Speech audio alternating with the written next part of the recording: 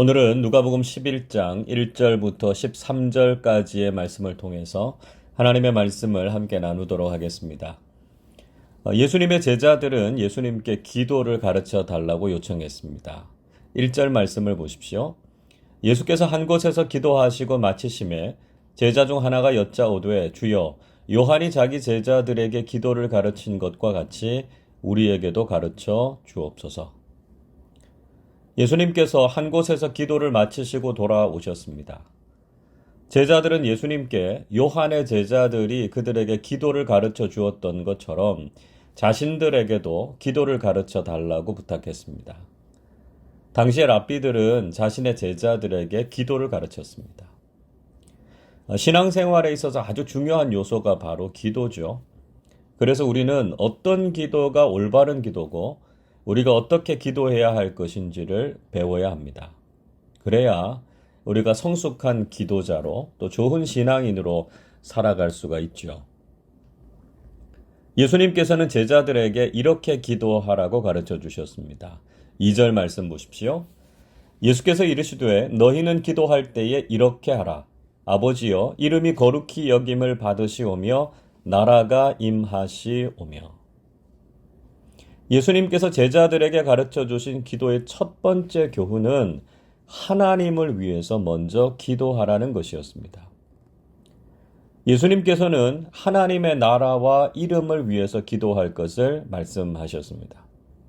우리가 가장 먼저 또 중요하게 해야 하는 기도는 하나님의 이름이 거룩히 여김을 받으시고 하나님 나라가 이루어지는 기도입니다.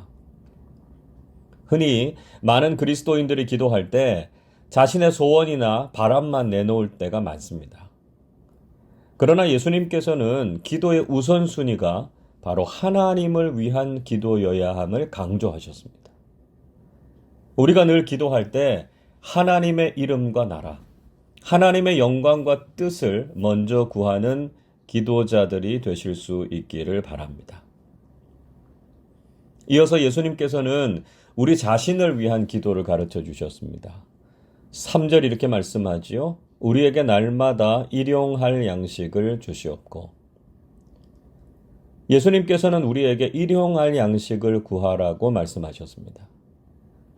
그리스도인으로 살아가는 우리도 역시 육신의 몸을 가지고 이 세상의 삶을 살아가기 때문에 물질적인 필요가 있습니다. 그래서 하나님께서는 당신의 자녀들을 먹이시고 입히십니다. 우리가 이런 것을 구하는 것은 당연한 것이죠. 그런데 가끔 우리가 물질적인 것을 구하고 소원을 내놓는 것이 언제 문제가 됩니까? 그것은 우리가 필요한 것을 구하기보다는 탐욕을 따라서 구하게 될 때가 있기 때문입니다. 우리가 필요한 양식을 구하면 하나님께서 허락해 주시지만 쌓아둘 양식을 구하면 하나님께서 허락하시지 않으신다는 것이죠. 그래서 우리는 필요를 따라서 사는 사람들이 되어야지 탐욕을 좇아서 사는 사람들이 되어서는 안 된다는 것입니다. 또 예수님께서는 용서와 회개의 기도를 드릴 것을 말씀하셨습니다. 4절 말씀 보십시오. 우리가 우리에게 죄 지은 모든 사람을 용서하오니 우리 죄도 사하여 주시옵고 우리를 시험에 들게 하지 마시옵소서 하라. 우리는 본성상 죄인이기 때문에 반드시 회개의 기도를 드려야 합니다. 예수를 믿고 하나님의 자녀로 살아가지만 여전히 우리의 부족함과 모자람 때문에 하나님의 뜻에 따라 살지 못할 때가 많습니다. 그래서 늘 우리는 하나님께 우리의 죄를 고백하면서 죄사함의 은총을 주시도록 기도해야 한다는 것이죠. 그런데 회개와 죄사함의 전제가 되는 것이 용서라고 말씀하셨습니다. 우리가 다른 사람들의 잘못을 용서한 것처럼 우리의 죄를 사해달라고 기도하라고 말씀하셨습니다. 이것은 우리가 하나님의 자비와 용서의 마음을 알아야 한다는 것이죠. 우리는 다른 사람들을 용서하지 않으면서 하나님께는 용서해 달라고 구하는 것이 옳지 않다는 것입니다. 우리가 다른 사람들을 용서함으로써 하나님의 자비와 긍휼을 깨달아야 한다는 것이지요. 그 은혜를 통해서 우리가 회개하고 죄사함을 받게 되는 것입니다. 아무튼 현대 사회에서는 용서와 회개를 찾기가 쉽지 않습니다. 용서보다는 미움과 보복이 가득하죠. 회개보다는 자기 정당화와 핑계만 늘어갈 뿐입니다. 서로 용서하고 하나님께 회개할 때 세상은 평안해지고 성숙해지는 것을 볼 수 있습니다. 또 한 가지는 시험에 들지 않게 기도하라고 말씀하셨습니다. 이 말씀은 우리가 시험에 들 만한 일들이 세상에 있다는 것을 전제로 말씀하신 것이죠. 세상은 악하고 사탄이 세상의 권력을 이용하고 있기 때문에 그리스도인인 우리를 시험에 걸려 넘어지게 할 때가 많습니다. 시험이 많은 세상에서 시험에 걸려 넘어지지 않기 위해서는 영적으로 깨어서 기도하는 수밖에 없다는 것이죠. 마가복음 14장 38절에서 이렇게 말씀하지요. 시험에 들지 않게 깨어 있어 기도하라. 우리가 기도함으로 영적으로 깨어 있어서 시험에 들지 않고 믿음의 길을 걸어가실 수 있기를 바랍니다. 예수님께서는 기도를 가르쳐 주셨을 뿐만 아니라 기도 응답의 비결이 무엇인지에 대해서도 말씀해 주셨습니다. 예수님께서는 비유를 통해서 기도의 자세와 응답에 대한 교훈을 주셨습니다. 자, 먼저 기도 응답의 비결은 간절하게 구하라는 것입니다. 만약에 우리에게 친구가 있는데 그 사람에게 먹을 음식을 좀 빌릴 상황이 생겼다는 것이죠. 여행하던 벗이 집에 찾아왔는데 지금 집에는 먹을 것이 없었습니다. 그래서 가까운 벗에게 가서 먹을 것을 좀 빌려달라고 요청했습니다. 그런데 시간은 이미 늦었고 이웃의 입장에서도 번거로운 일이었죠. 그렇지만 그런 요청을 들어줄 수밖에 없는 이유가 무엇이었을까요? 8절이 이렇게 말씀합니다. 내가 너희에게 말하노니 비록 벗됨으로 인하여서는 일어나서 주지 아니할지라도 그 간청함을 인하여 일어나 그 요구대로 주리라. 그 사람이 친구로서는 일어나서 주지 않을지 몰라도 그 간청함 때문에 일어나서 줄 것이라고 말씀하셨습니다. 즉, 우리가 간절한 마음으로 기도할 때 그 기도가 응답된다는 것이죠. 사람 사이에서도 이런 간절함이 있으면 다른 사람들의 마음을 움직이게 되지 않습니까? 이처럼 우리가 하나님의 은혜가 아니면 살아갈 수 없고 하나님께서 기도를 들어주시지 않으면 안 된다는 간절함을 가져야 합니다.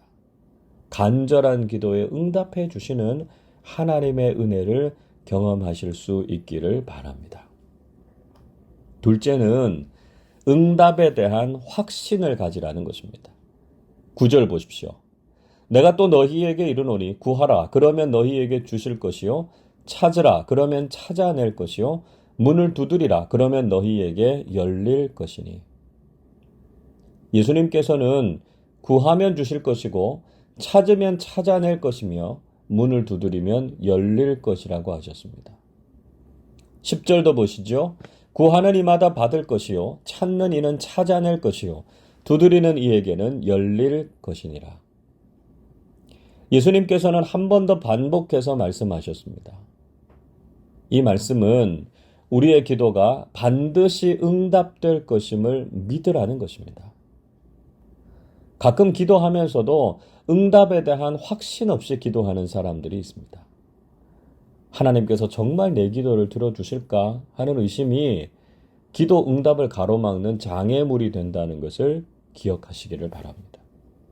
하나님께서는 우리의 모든 기도에 응답해 주신다는 것을 믿으십시오. 물론 내 생각대로 내가 원하는 대로 다 응답되는 것은 아닙니다. 그러나 하나님께서는 하나님의 뜻 안에서 반드시 응답하십니다. 우리가 응답의 확신을 가지고 기도하실 수 있기를 바랍니다. 셋째는 하나님과 우리와의 관계를 이해하고 기도하라는 것입니다.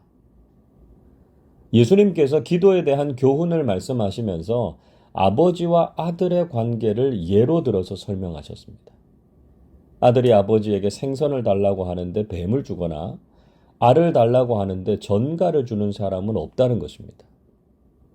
기도 응답의 중요한 열쇠는 바로 하나님과 우리의 관계에 있다는 것이죠. 우리가 기도할 때 하나님께서 우리의 좋은 아버지가 되시고 우리는 그분의 아들임을 믿고 기도하면 반드시 응답을 경험하게 된다는 것입니다. 만약에 우리가 낯선 사람에게 가서 아주 작은 것을 달라고 한다면 아마 잘 들어주지 않을 겁니다. 왜냐하면 관계가 없기 때문이죠. 관계가 형성되어 있지 않기 때문입니다. 그러나 만약에 자식이 부모에게 심지어 부모의 생명을 요구한다고 할지라도 부모라면 자식의 요구를 들어주지 않겠습니까? 우리가 바로 이 관계 안에서 기도할 때 우리는 놀라운 응답을 경험하게 된다는 것이죠. 여러분, 하나님은 늘 우리에게 최선을 주시는 분이십니다. 13절 말씀 보십시오. 너희가 악할지라도 좋은 것을 자식에게 줄 알거든 하물며 너희 하늘 아버지께서 구하는 자에게 성령을 주시지 않겠느냐 하시니라. 예수님께서는 하늘 아버지께서 구하는 자에게 성령을 주시지 않겠느냐고 말씀하셨습니다. 마태복음에서는 구하는 자에게 좋은 것을 주시지 않겠느냐 이렇게 나오죠. 성령님은 우리 인생의 마스터 키와 같은 분이십니다. 성령님께서 함께 하시면 모든 것이 가능하고 우리의 삶에 참된 만족과 평안이 넘쳐나게 된다는 것이죠. 우리가 하나님께 기도할 때 하나님께서는 우리에게 최선의 응답으로 성령님을 보내주시는 분이시라는 것이죠. 여러분, 우리가 올바르고 성숙한 기도자로 살아가시기를 바랍니다. 기도를 배우고 하나님의 뜻에 합당한 기도를 드리실 수 있기를 바랍니다. 기도로 깨어 있어서 시험을 이기고 하나님의 뜻을 이루어 가시기를 바랍니다. 하나님께서 반드시 우리의 기도에 응답하시고 가장 좋은 분, 성령님을 우리에게 보내주실 줄로 믿습니다. 오늘도 믿음으로 기도하고 하나님께서 그 기도에 반드시 응답하시는 것을 경험함으로 복된 믿음의 삶을 살아가시기를 주님의 이름으로 축원합니다. 기도하겠습니다.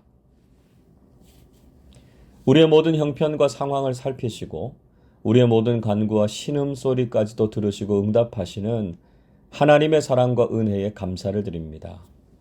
우리가 늘 기도를 배우고 영적으로 깨어 있게 하셔서 하나님의 뜻을 이루고 악한 세상 속에서도 믿음으로 승리하게 해 주옵소서. 하나님을 위한 기도의 우선순위를 깨달아서 하나님의 이름과 나라, 하나님의 영광과 뜻을 위해 기도하게 해 주옵소서. 우리의 필요를 따라 구하고 용서와 회개의 기도로 하나님께 나아가는 사람들 되게 해 주시옵소서. 하나님께서 반드시 우리의 기도에 응답하시고 가장 좋은 것을 주시는 분이심을 믿고 믿음으로 간구하는 우리 모두 되게 하여 주옵소서. 감사드리며 우리 주님 예수 그리스도의 이름으로 기도하옵나이다. 아멘.